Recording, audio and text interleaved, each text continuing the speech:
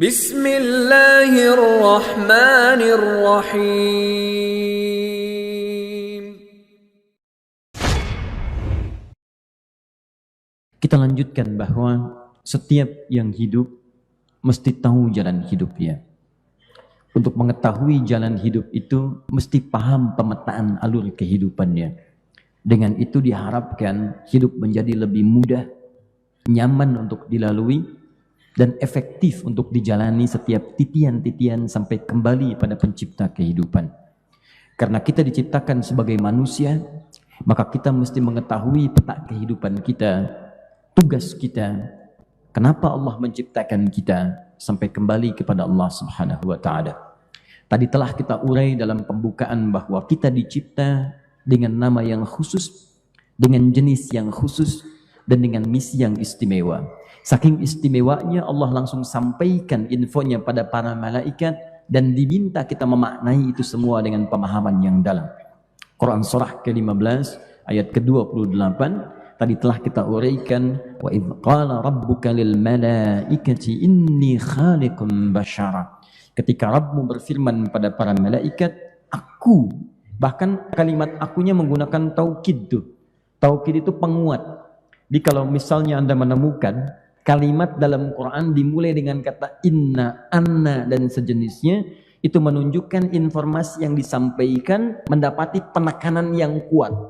Bahasa cepatnya penegasan. Padahal Allah bisa katakan begini, wa idz qala rabbuka lil malaikati khalaqtu basyara.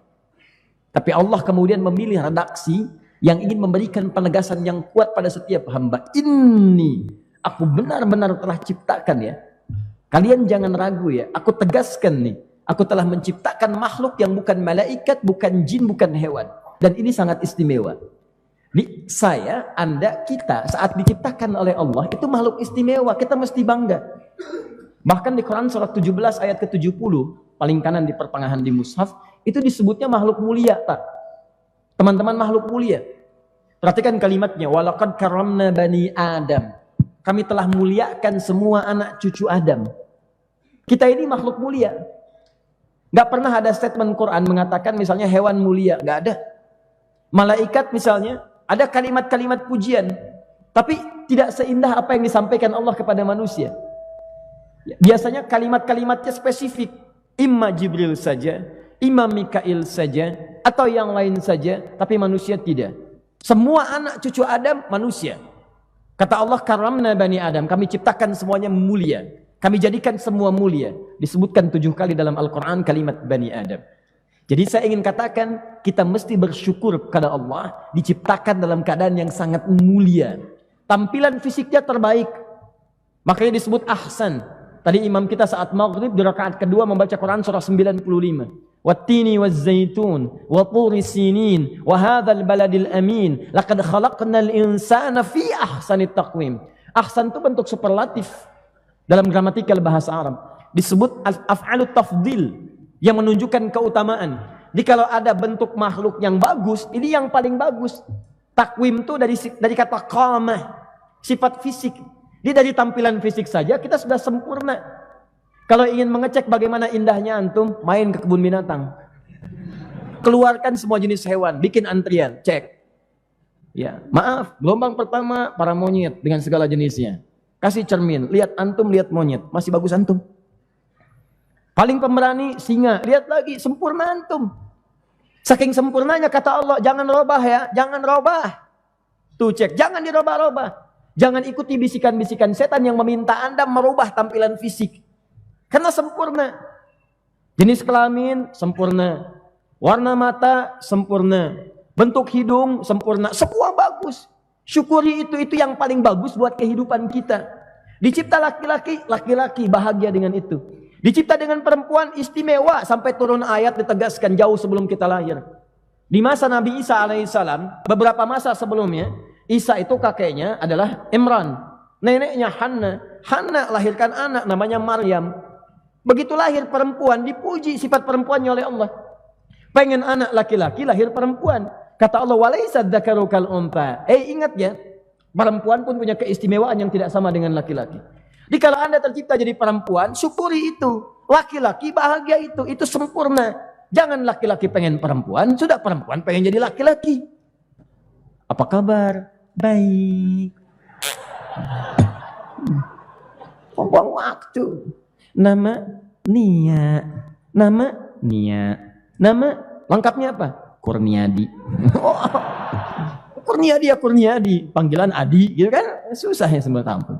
Balikin. Jadi teman-teman sekalian, kita ini sempurna, bashar. Tapi lebih daripada itu, kesempurnaan fisik. Bukan hanya sekedar dibahagiakan dan disyukuri. Tapi yang harus kita tahu, fisik sempurna ini mau dipakai apa saat diciptakan. Itu poinnya. Awas, ini materi dahsyat, saking dahsyatnya anak-anak tuh. Sampai nangis tuh. Baik, yuk kita teruskan. Lalu diberi nama dengan Adam, manusia pertama ini. Quran surah kedua ayat 31. Teruskan. Ya, wa'allama Adam al-asma'a kullaha. Saya lewat dulu yang ayat 30-nya untuk memberikan namanya dulu. Adam. Adam diciptakan manusia pertama untuk memberikan gambaran kepada kita setiap fisik yang tercipta namanya manusia, nama umumnya manusia dengan segala tugasnya.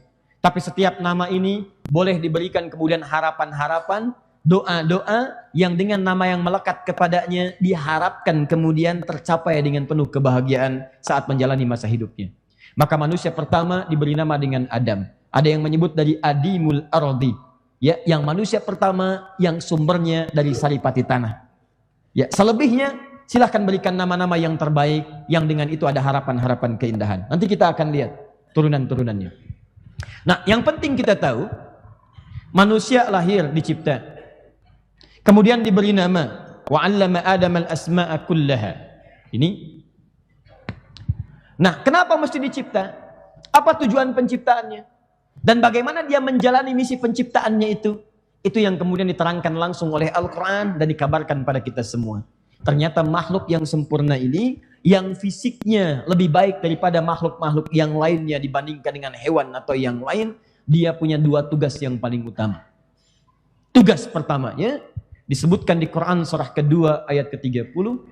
Tugas yang kedua yang utamanya pun disebutkan di Quran surah 51 ayat 56. Awas pahami, kalau ada manusia hidup sampai dengan hari ini, tapi keluar dari dua tugas ini, ada yang salah dalam perjalanan kehidupannya. Ada yang keliru. Dan kekeliruan itu akan berdampak sangat fatal ketika kita kembali kepada Allah Subhanahu wa Ta'ala. Bukankah Anda bekerja, menjalankan tugas tidak sesuai dengan perintah, Anda punya mendapatkan resiko yang tidak biasa? Anda tugasnya mengajar, jadi dosen di ITB, datang ke kelas malah jualan. Bapak selain mengajar juga berprofesi sebagai ini nih, entrepreneur. Yang Bapak sekarang buat produknya pisang dengan gaya yang tingkat tinggi. Kita kan bab gaya ya, ini Bapak ciptakan pisang dengan gaya yang khusus. Tawarin, nanti kalau waktu istirahat beli pisang ini. Muncul lagi, besoknya datang lagi nawarkan jas, nawarkan baju. Keluar dari garis tuntunan, Anda bermasalah. Jadi dalam hukum manusia saja, Anda meninggalkan tugas di luar kewajiban, Anda mendapatkan resiko yang tidak mudah. Bagaimana ketika hubungan Anda dihubungkan dengan Allah Subhanahu wa Ta'ala yang memberikan tugas kehidupan? Satu. Awas, yang pertama ini langsung disebutkan dengan gambaran penciptaan. Masih ingat di Quran surah 15 ayat ke-28, awal ayatnya berbunyi apa? Wa'id qala rabbuka lil malaika. Itu ayat penciptaan. Ketika diberikan misi, sama persis awal ayatnya. Ini wa'id qala rabbuka lil malaika, yang itu pun wa'id qala rabbuka lil malaika. Buka Quran surah kedua ayat 30, paling kiri sebelah atas. Wa'id qala rabbuka lil malaikati, sama persis dengan Quran surah 15 ayat ke-28. Wa'id qala rabbuka lil malaika. Tapi yang pertama inni khaliqun basyara, yang kedua langsung diberikan penjelasan misinya. Inni ja'ilun fil ardi khalifah. Ja'il. Yang pertama khaliq. Khaliq dari kata khalaqa. Menciptakan sesuatu dari yang tidak ada. Tidak ada, jadi ada. Semua bahan, semua hasil, semua macam-macam bentuk, produk, segalanya tiba-tiba ada. Itu bedanya dengan makhluk. Kalau makhluk membuat sesuatu dari bahan yang sudah ada. Bikin papan tulis, apa tiba-tiba jadi? Ting, papan tulis mustahil. Ada bahannya dulu.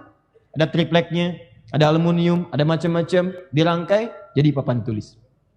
Tapi kalau Anda membuat sesuatu, dan ini mustahil, membuat sesuatu tanpa bahan sebelumnya, bahkan bahan Anda yang adakan, segalanya Anda yang adakan, semua ada, maka penciptaannya disebut dengan khalaqa namanya. Khalaqa. Penciptanya disebut dengan khalik. Allah menyebut dirinya dengan khalik karena dia mencipta dari yang tidak ada menjadi ada seketika. Khalik. Paham sampai sini? Yang dicipta disebut dengan makhluk. Nah, tapi kalau sesuatu sudah ada, sifat Allah mustahil menciptakan sesuatu makhluk tanpa fungsi. Mustahil. Nyamuk yang sekecil itu ada fungsinya. Semut ada fungsinya. Apalagi manusia yang besar. Manusia yang hebat, mustahil lolos dari fungsi. Jadi kalau Anda ingin melekatkan fungsi pada sesuatu yang sudah ada, kalimatnya menggunakan ja'ala. Yang memberikannya disebut dengan ja'ilun. Misal, ini apa? Spidol. Apa fungsi spidol? Belum tentu. Kalau saya katakan ini untuk melontar yang ngantuk. Maka apa bahasa Arabnya? Inni ja'ilul qalama ramyan lin nu'as. Superman? Ya. Saya ingin jadikan spidol yang ini khusus untuk melontar yang ngantuk. Itu ja'il namanya. Nah, Allah sudah menciptakan manusia, bashar diberi nama dengan Adam dengan segala nilai keturunannya. Apa fungsinya itu semua? Mesti ada. Maka kata Allah, inni ja'ilun fil ardi khalifah. Saya ciptakan makhluk baru ini dengan misi khusus. Saking hebatnya misi ini, malaikat tidak bisa menjalaninya. Karena desain penciptaan fisiknya tidak memungkinkan ia menjadi khalifah di bumi. Cuman manusia ini yang bisa jadi khalifah. Nah, jadi tugas pertama kita adalah sebagai khalifah.